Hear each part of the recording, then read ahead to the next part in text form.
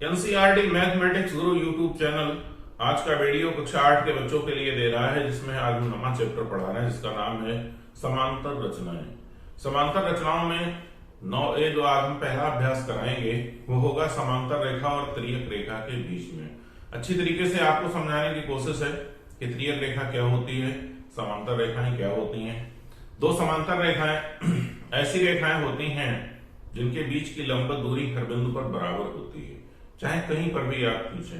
दूसरी बात, जब हम उन्हें आगे या पीछे बढ़ाते हैं तो कभी मिलती नहीं है, ये दूसरी विशेषता होती है।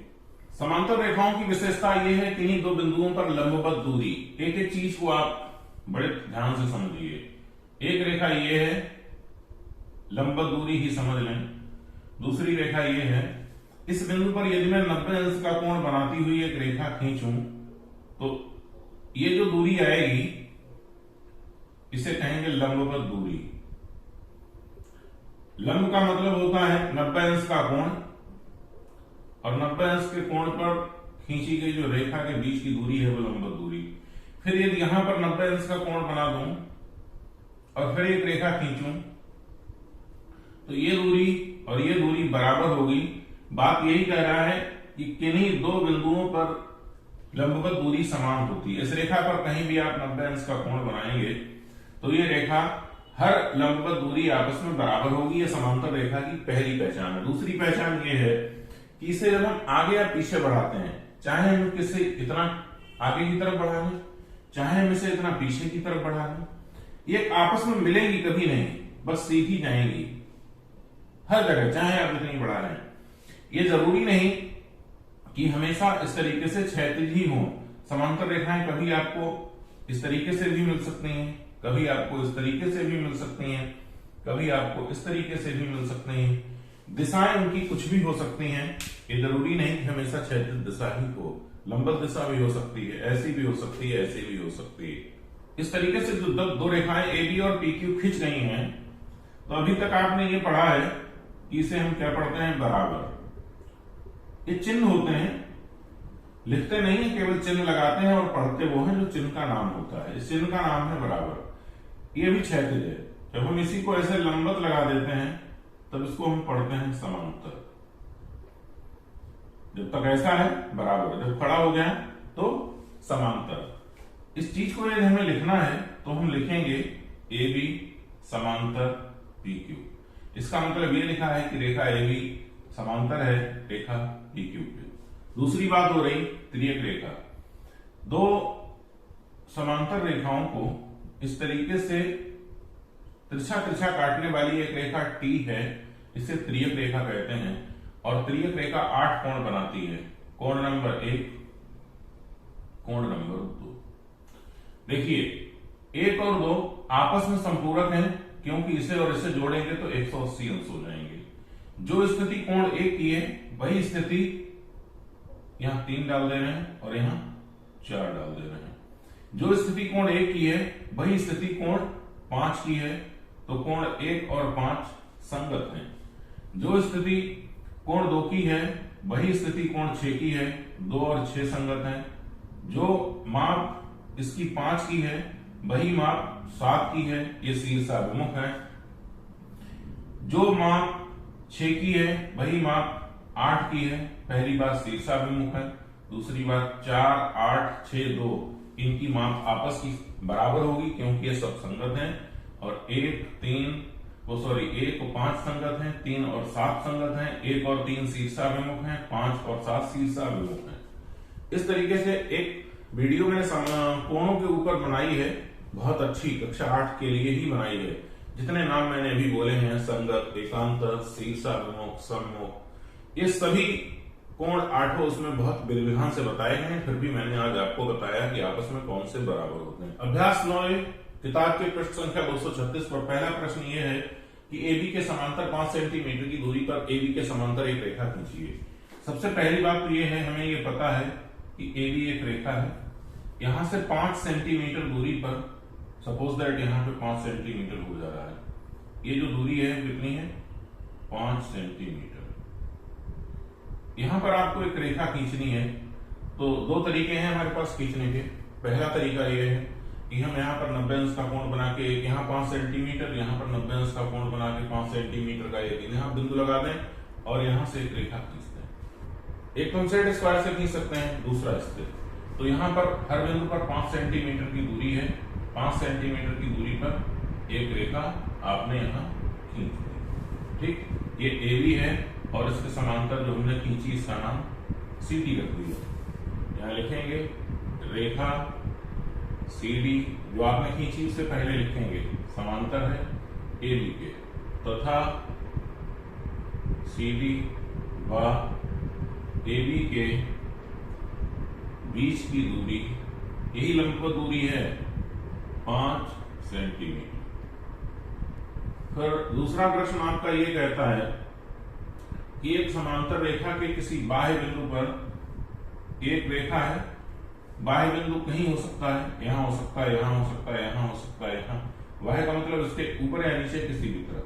इस बाह्य बिंदु से एक समांतर रेखा खींचिए, यहां पर एक बाह्य बिंदु ले लिया और इस तरीके से सेट स्क्वायर से एक समांतर रेखा खींच तरीके से। जब इस रेखा पे से रखेंगे, ये लंबवत दूरी हो गई, ध्यान से देखें आप। इस रेखा पर ये लाइन रखेंगे आप सेट स्क्वायर की। अब मान लो कि हमें 7 सेंटीमीटर की दूरी खींचना है, तो 7 पे से खींच दी, बस हो गई है समांतर रेखा।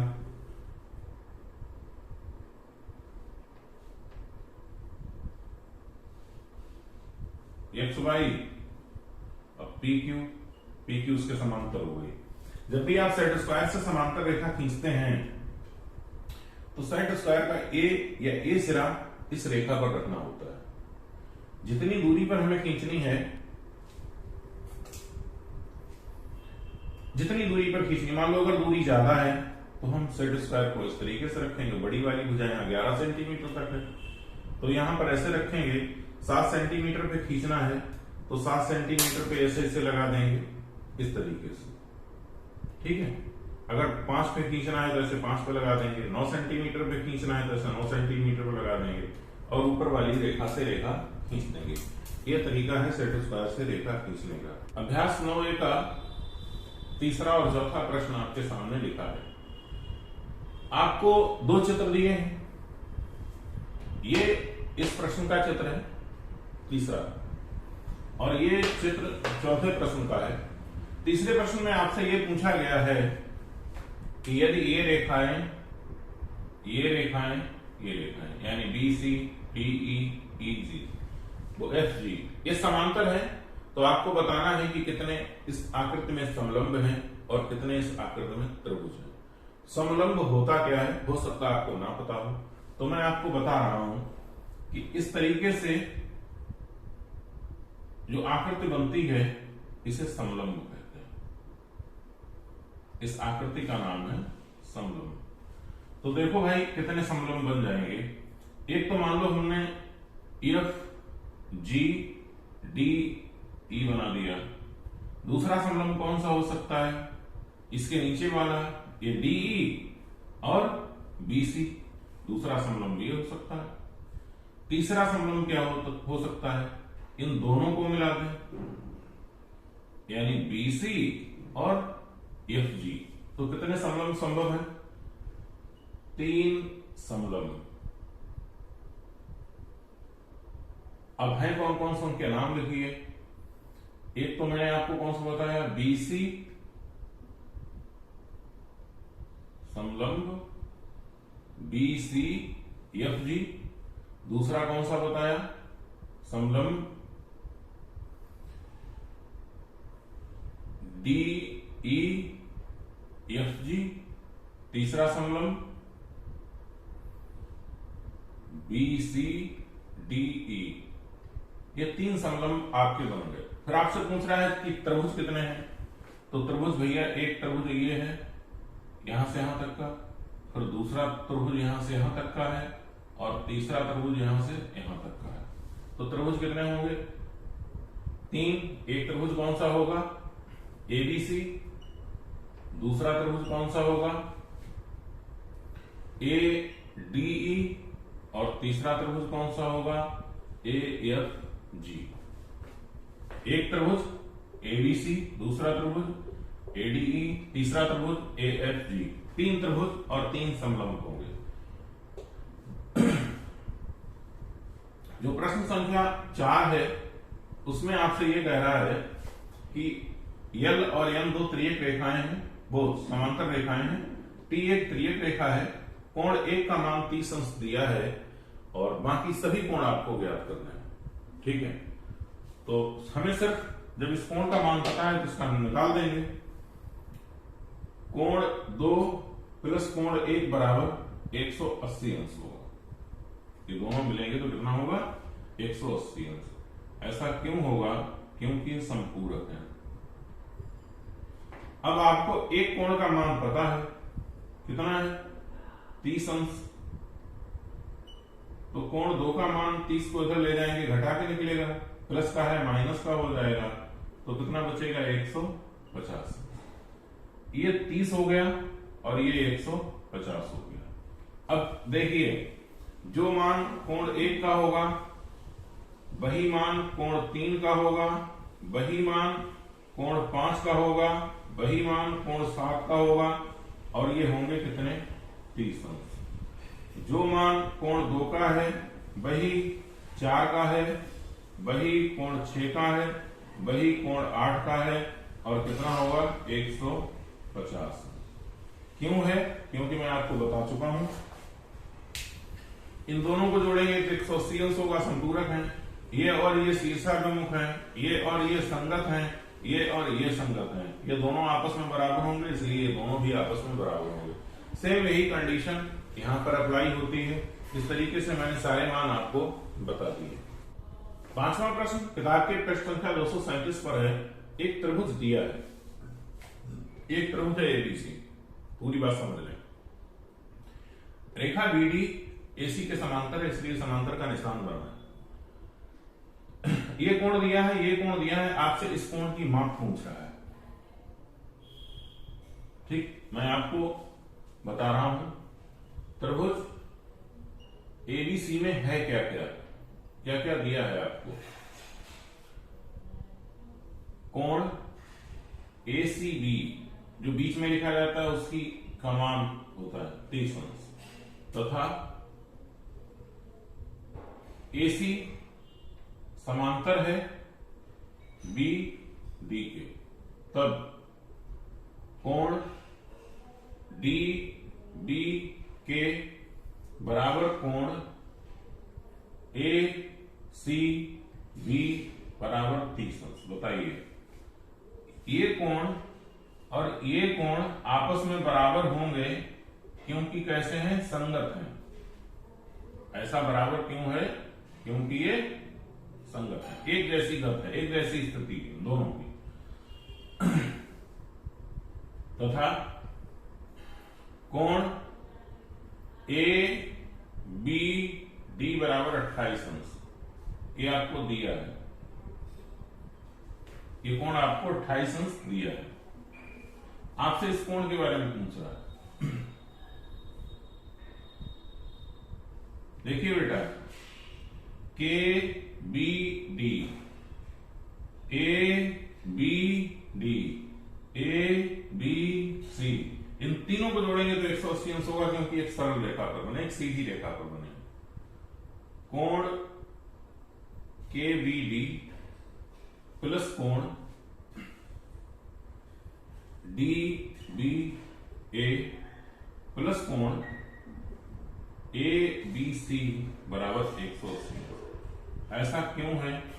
क्योंकि ऋजु या सरल रेखा पर बने, किसी सीधी रेखा पर बने कोण का मान 180 अंश होता है। ये कोण आपको पता लग गया 30 अंश है, ये आपको दिया था 28 अंश है, इसका आपको मान निकालना है, ये 180 अंश होता है। जोड़ेंगे 8 हो जाएगा, 3 और 2 5 हो जाएगा। कोण एबीसी बराबर 180 अंश। इसे इधर ले जाएंगे, माइनस का हो जाएगा। कोण एबीसी बराबर 180 माइनस 58, घटाएंगे यहां से 0, फिर यहां क्या हो जाएगा 7, 7 में से 5 जाएगा, 2 होगा 122 अंश। इस कोण का मान आपको कितना प्राप्त हो गया? 122 अंश। अभ्यास 9 का छठा और अंतिम प्रश्न आपके सामने है, ऐसे करके आपको चित्र दिया है। इस चित्र को मैंने ऐसे करके बनाया है। मैंने कहा था कि समांतर रेखाएं खड़ी भी हो सकती हैं, टेढ़ी भी हो सकती हैं, लंबवत भी हो सकती हैं, समांतर भी हो सकती हैं, हॉरिजॉन्टल भी हो सकती हैं, पैरेलल भी हो सकती हैं। तो इस कंडीशन में ऐसा तो चित्र अभी आपने देखा नहीं समांतर रेखाओं को, मैंने घुमा दिया, पी को ऐसे कर दिया, क्यू को ऐसे कर दिया आपको समझाने के लिए।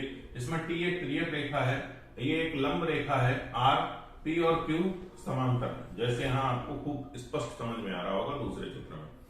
आपसे ये कह रहा है कि जो आर है ये पी और क्यू पर लंब है, यानी 90 अंश का कोण बना रहा है इस तरीके से। अब टी एक तिर्यक रेखा हो जाएगी। जब टी एक तिर्यक रेखा है तो कोण एक और कोण दो संगत हैं जो कि समान है।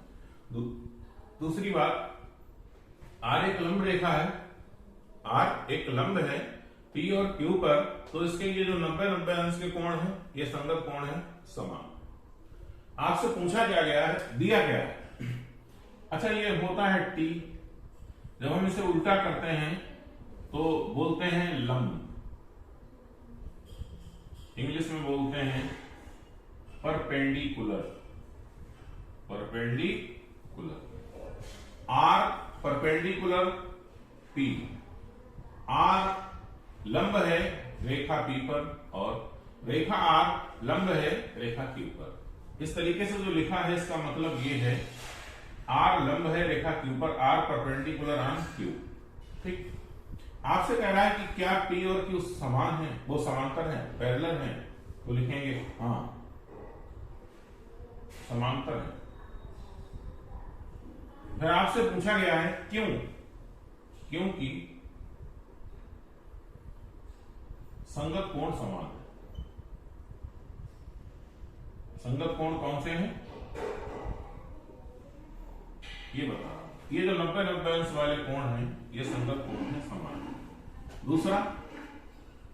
दूसरे विकल्प में आपसे कह रहा है ये पी और क्यू समांतर हैं, ये दोनों समांतर हैं, कोण ए 63 अंश है, तो कोण दो कितना होगा, कोण दो भी 63 अंश ही होगा।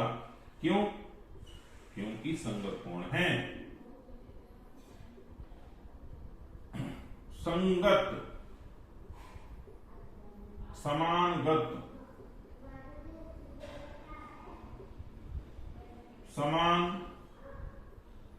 गत का मतलब स्थिति, जिनकी स्थिति समान है उसी को संगत कहते हैं, एक जैसी स्थिति में है। आज के वीडियो में कक्षा 8 के बच्चों के लिए बस इतना ही। कक्षा 6 के बच्चों के लिए कल एक वीडियो रिलीज होगा। एनसीईआरटी मैथमेटिक्स गुरु यूट्यूब चैनल आपको हिंदी में गणित सिखाता है। पढ़ाने का तरीका यदि आपको अच्छा लगता है तो हमेशा मेरे वीडियो को पाने के लिए सब्सक्राइब कर दीजिए चैनल को। वीडियो अपलोड होगा आप तक नोटिफिकेशन पहुंचेगा। Thank you, all of you, best your luck.